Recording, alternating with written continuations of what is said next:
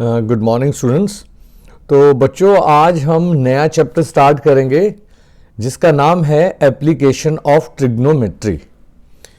पहले हमने चैप्टर 8 किया था फर्स्ट सेम में, जिसमें चैप्टर 8 का नाम था ट्रिग्नोमेट्री। अब हम एप्लीकेशन यानी उनकी क्या, उनसे हम डेली रूटीन में क्या उनका एप्लीकेशन फ़ायदा उठा सकते हैं, उनका उपयोग क्या है, वो करेंगे ट्रिग्नोमेट्री में।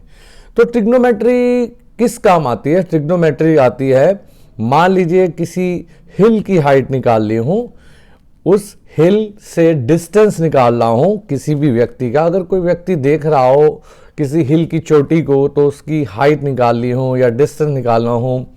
दो रोड पे अगर कोई गाड़ियां चल रही हैं और ऊपर कोई व्यक्ति बैठा उन दोनों गाड़ियों को देख रहा हो, तो उन दो गाड़ियों का डिस्टेंस निकालना। तो ये बहुत ही इंपॉर्टेंट चैप्टर है इंजीनियरिंग में, और जो आर्किटेक्ट का काम करते हैं या कोई दूसरे काम करते हैं जिसमें बिल्डिंग्स वगैरह बनाते हैं या जो मिलिट्री वगैरह में है, तो उनके लिए ये बहुत ही इंपॉर्टेंट टॉपिक है, एप्लीकेशन ऑफ ट्रिग्नोमेट्री। तो स्टार्ट करते हैं बच्चों। तो एप्लीकेशन ऑफ ट्रिग्नोमेट्री में सबसे पहले आता है angle of elevation. Angle of elevation क्या है? ये है आई, ठीक है। जब नीचे से ऊपर की तरफ देख रहे हैं, अब ये देखिए काइट है जिसको ऑब्जेक्ट कहा गया है, तो नीचे से ऊपर की तरफ देखने पर हॉरिजॉन्टल लेवल के साथ, ये हॉरिजॉन्टल लेवल है, हॉरिजॉन्टल लेवल के साथ जब आईज नीचे से ऊपर की तरफ देखती है, तो जो एंगल क्रिएट होता है उस एंगल को एंगल ऑफ एलिवेशन कहते हैं। जो आई ऑफ जहां से देख रहे हैं और जिस ऑब्जेक्ट तक जा रही है नजर, उसको हम कहते हैं लाइन ऑफ साइट। और हॉरिजॉन्टल लेवल और लाइन ऑफ साइट के बीच में जो बना एंगल बनता है, जो एंगल होता है उसको हम कहते हैं एंगल ऑफ एलिवेशन। तो नीचे से ऊपर की तरफ देखने पर जो एंगल बनता है उसको एंगल ऑफ एलिवेशन कहते हैं। इसको लाइन ऑफ साइट, ये हॉरिजॉन्टल लेवल हुआ, और उसके जो बीच में बना एंगल है वो एंगल ऑफ एलिवेशन। यदि व्यक्ति छत पर खड़ा है या बिल्डिंग पर खड़ा है और वो नीचे आते जाते ऑब्जेक्ट्स को, कोई किसी ट्री को देख रहा है या कार्स को देख रहा है, तो ऊपर से नीचे की तरफ देखने पर जो एंगल बनता है उसको हम कहते हैं एंगल ऑफ डिप्रेशन। ये हुआ बच्चों एंगल ऑफ डिप्रेशन। ये कोई व्यक्ति जब ऊपर से नीचे की तरफ देख रहा हो, मान लीजिए यहां कोई ऑब्जेक्ट है या ये ऑब्जेक्ट है, ये ऑब्जेक्ट कुछ भी मान लीजिए, कोई कार है या कोई ट्री है, कुछ बिल्डिंग है, कुछ भी मान लीजिए। यहां से नीचे की तरफ देखने पर हॉरिजॉन्टल लेवल के साथ जो एंगल बनता है उसको हम एंगल ऑफ डिप्रेशन कहते हैं। तो नीचे से ऊपर की तरफ देखने पर जो एंगल बनता है हॉरिजॉन्टल लेवल के साथ, तो वो क्या कहलाता है? Angle of elevation. और जो एंगल ऊपर से नीचे की तरफ देखने पर हॉरिजॉन्टल लेवल के साथ एंगल बनता है लाइन ऑफ साइट का। लाइन ऑफ साइट का मतलब है कि जो व्यक्ति देख रहा है वो और जिस ऑब्जेक्ट को देख रहे हैं, उन दोनों को मिलाने से जो लाइन बनती है उसको हम लाइन ऑफ साइट कहते हैं। तो उनके हॉरिजॉन्टल लेवल और लाइन ऑफ साइट के बीच में जो एंगल बनता है ऊपर से नीचे की तरफ देखने पर, उसको हम कहते हैं एंगल ऑफ डिप्रेशन। तो ये बात समझ आ गई होगी। इसमें छोटी सी बेसिक दो चीजें थी। एंगल ऑफ एलिवेशन क्या होता है, ठीक है। एक्सरसाइज 9.1 स्टार्ट करने जा रहे हैं, एप्लीकेशन ऑफ ट्रिग्नोमेट्री। तो एंगल ऑफ एलिवेशन और एंगल ऑफ डिप्रेशन, दो चीजों की इसमें हमने बात की। तो एक्सरसाइज 9.1 स्टार्ट करने जा रहे हैं। तो इसमें क्या कहा गया है, मैं क्वेश्चन को पढ़ता हूं। क्वेश्चन नंबर, ये देख लीजिए, मैं अपनी बुक को ओपन कर रहा हूं। तो इसमें कहा गया है कि circus artist is climbing a 20 metre long rope which is tightly stretched and tied from the top of vertical pole to the ground.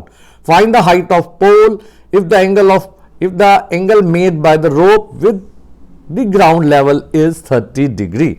कहने का मतलब है, ये जिसको मैं पेन को जो पॉइंट आउट कर रहा हूं मैं पेन से, ये क्या है? ये पोल है। यहां पे सर्कस जो आर्टिस्ट है वो इस रोप के थ्रू नीचे उतर रहा है, ठीक है, और रोप कितनी है 20 मीटर, और ए बी क्या है पोल। तो मैंने यहां लिखा है, ये लिखना जरूरी होता है, तो A B is pole comma A C is rope, rope यानी रस्सी है, और कितनी लंबी है 30 डिग्री, सॉरी 30 डिग्री कह रहा हूं, जो एसी है रोप है वो कितनी है 20 मीटर, और ये एंगल जो बन रहा है यहां पर इस फुट ऑफ पोल के साथ ये एंगल कितना बन रहा है 30 डिग्री, ठीक है। एसी क्या है रोप है जो कि 20 मीटर है, और एंगल ए सी बी कितना है 30 डिग्री। बात समझ आ गई होगी। तो मैं मान लेता हूं let height of pole is equal to H metre, A B is equal to H metre, ये मान लिया। Let the height of pole A B is equal to H metre. तो अब मैं ये निकालने जा रहा हूं कि इस पोल की हाइट पूछी गई है मेरे से, ये पोल की हाइट क्या है, तो जिसको मैंने एच मान लिया, यानी मेरे को एच कैलकुलेट करना है। तो in triangle A B C, तो सबसे पहले क्या करता हूं मैं, जो चीज निकालनी है उसको ऊपर रखता हूं, ये देख लीजिए, जो चीज निकालनी है उसको ऊपर रखता हूं, और जो चीज दी हुई है यानी एसी दिया हुआ था, ठीक है ना, लेंथ ऑफ रोप, उसको मैं नीचे रखता हूं। तो ए बी ओवर ए सी, ये राइट एंगल ट्रायंगल है, in triangle A B C, A B over A C, A B क्या हुआ परपेंडिकुलर, और ए सी क्या हुआ हाइपोटेन्यूज। तो परपेंडिकुलर ओवर हाइपोटेन्यूज क्या बन गया साइन, और एंगल कितना है 30 डिग्री। ए बी ऊपर रखा क्योंकि यह निकालना है, ए सी नीचे रखा क्योंकि यह दिया हुआ है, ए बी ओवर ए सी यानी परपेंडिकुलर और हाइपोटेन्यूज के करने से क्या बना, मेरे पास साइन का एंगल बन गया जो कि दे रखा है 30 डिग्री, तो साइन 30। ए बी कितना है माना है मैंने एच, और ए सी कितना है 20, ठीक है ना, लेंथ ऑफ रोप, और साइन 30 डिग्री की वैल्यू, इसका मतलब आपको अब ट्रिग्नोमेट्री जो टेबल है, ट्रिग्नोमेट्रिक टेबल है, उसको याद होना जरूरी है। तो साइन 30 डिग्री किसके बराबर है 1/2, तो एच किसके बराबर हुआ 20/2 यानी 10। तो पहला क्वेश्चन सॉल्व हुआ। Therefore height of pole is 10 metre. Rule मैंने ये किया, कुछ भी ऐसे तो आप एसी भी ऊपर रख सकते थे तब भी निकल जाता, लेकिन मैं आपको ये बताना चाहता हूं कि आप जो चीज निकालनी है उसको ऊपर रखिए, और जो चीज दी हुई है उसको नीचे रखिए, जिससे रेशो बनती है ट्रिग्नोमेट्रिक रेशो, जो कि परपेंडिकुलर हाइपोटेन्यूज बनी। अब की बार तो रेशो क्या बनी, साइन और एंगल दे रखा था आपको 30 डिग्री, साइन 31/2, एच कितना निकला 10। तो हाइट ऑफ पोल निकाल लिया मैंने, कितना निकल गया 10 मीटर। उसके बाद नेक्स्ट क्वेश्चन करते हैं। नेक्स्ट क्वेश्चन क्या है, नेक्स्ट क्वेश्चन बड़ा इंटरेस्टिंग क्वेश्चन है, उसको देखिए। कहता है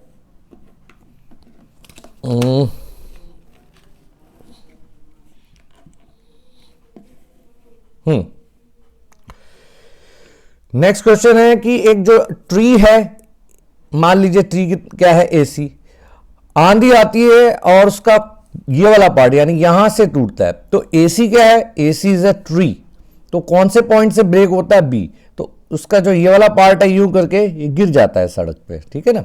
सो AC is a tree which break at B, B पर वो ब्रेक होता है, और उसका जो ये वाला पार्ट है ये गिर जाता है ऐसे। तो मैं मान लेता हूं कि ये ए डैश हो गया, तो ए डैश बी, वो सड़क पर क्या एंगल बनाता है 30 डिग्री। मेरी बात समझ आ गई। या इस पॉइंट से देखते हैं, इस ब्रेक पॉइंट को जहां से वो ट्री टूट रहा है, तो कितना एंगल बनता है 30 डिग्री, और इस ट्री के फुट से इस पॉइंट का डिस्टेंस, जिस पॉइंट पे वो सड़क पे गिरा उसका डिस्टेंस कितना है 8 metre. So AC is a tree which break at B, B पर वो टूट गया आंधी से, और जो उसका जो ब्रोकन पार्ट है वो ए बी क्या बन गया ए डैश बी।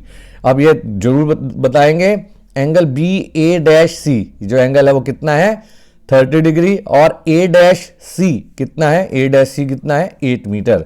जहां पर वो गिरा वो वाला पार्ट उसका डिस्टेंस किससे, फुट ऑफ ट्री से कितना डिस्टेंस है बच्चों 8 मीटर। तो मैं क्या करूंगा, मैं निकाल लूंगा पहले बी सी निकाल लूंगा, ठीक है, और फिर ए डैश बी, दो चीजों को निकालूंगा, क्योंकि ए बी और ए डैश बी तो वही वाला पार्ट है, A B A dash B के बराबर ही है। तो हाइट ऑफ ट्री कैसे निकलेगी, A B plus B C. तो in triangle B C A dash मेरे को क्या निकालना, सबसे पहले मैं बी सी निकालने के लिए आपको कह रहा हूं, तो यानी बी सी कैसे निकलेगा, बी सी ओवर ए डैश बी, जो चीज निकालनी है और जो ओवर जो चीज दी हुई है। तो BC कितना हुआ परपेंडिकुलर, और A डैश सी है, not A dash B, A dash B C आएगा या A डैश सी। मेरी बात समझ आई? तो BC over A dash C, BC over A dash C यानी परपेंडिकुलर और बेस कितना बन गया tan 30 डिग्री। BC कितना है बच्चों, BC निकालना है, और A डैश सी कितना है 8 मीटर, ये रहा 8 मीटर, और tan 30 बना है ना। Perpendicular over base P over B which is equal to tan, और एंगल कितना है 30 डिग्री। तो BC over A dash C बन गया tan 30 डिग्री। BC मेरे को निकालना है, A डैश सी मेरे को 8 दे रखा है, और tan 30 कितना है मेरे पास, कितना होती है वैल्यू उसकी 1/√3। तो BC कितना आ गया 8/√3। अब ये देखिए, अब मेरे को यही ट्रायंगल लेना है, लेकिन अब पहले BC निकाला था, अब मैं क्या निकालूंगा A डैश बी। तो मैं A डैश बी निकालूंगा, तो या A dash B over A dash C, ठीक है ना। तो A डैश बी निकालना है, और A डैश सी इसलिए नीचे रखा क्योंकि दिया हुआ था। तो A डैश बी क्या बना हाइपोटेन्यूज, और A डैश सी कितना बना बेस। तो H over A dash B कितना बना हाइपोटेन्यूज, और A डैश सी कितना है B। तो H ओवर B क्या बनता है सीकेंट 30। कॉस का उल्टा, कॉस होता है बेस ओवर हाइपोटेन्यूज, लेकिन अब की बार हाइपोटेन्यूज यानी A डैश बी और ओवर A डैश सी यानी बेस, हाइपोटेन्यूज ओवर बेस लगाया है, तो क्या बना बेटे सीकेंट 30। A डैश बी ये निकालना है, और जबकि A डैश सी कितना दे रखा है 8, और सीकेंट 30 किसके बराबर होता है 2/√3, क्योंकि cos 30 कितना होता है √3/2। मेरी बात समझ आ गई होगी। तो सीकेंट 30 क्या आएगा उसका उल्टा 2/√3। तो A डैश बी किसके बराबर आ गया 16/√3। तो A डैश बी 16/√3 आया। अब ये देखिए A डैश बी या ए बी एक ही बात है, क्योंकि वही वाला पार्ट टूट के गिरा था सड़क पे।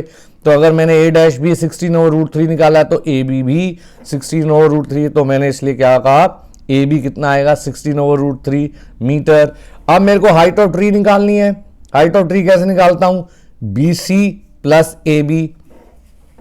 तो हाइट ऑफ ट्री यानी AB प्लस BC, ये देख लीजिए AB प्लस BC ये है ट्री की हाइट। तो AB प्लस BC निकाल चुका हूं मैं AB।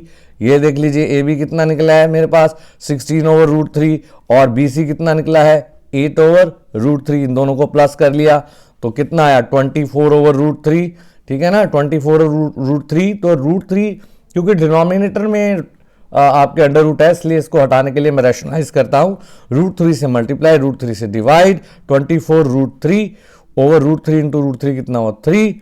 तो कितना आ गया 24√3 इंटू √3 3, ये कर गया 8√3 आ गया। तो हाइट ऑफ ट्री कितनी आई बच्चों 8√3 मीटर। बात देख लीजिए एक बार अच्छी तरह, ट्री ब्रेक हुआ यहाँ पे लग गया, इसका डिस्टेंस 8 था।